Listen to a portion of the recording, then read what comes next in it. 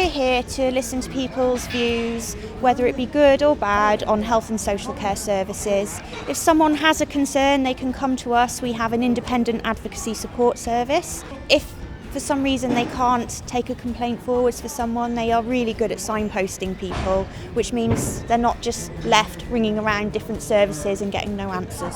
I've had 49 years in healthcare. My husband, he was terminal, and I cared for him on my own at home, and he was really passionate that later on that I could go out and help the local community that don't know how to access all these things. Lots of the farmers don't have access to the internet.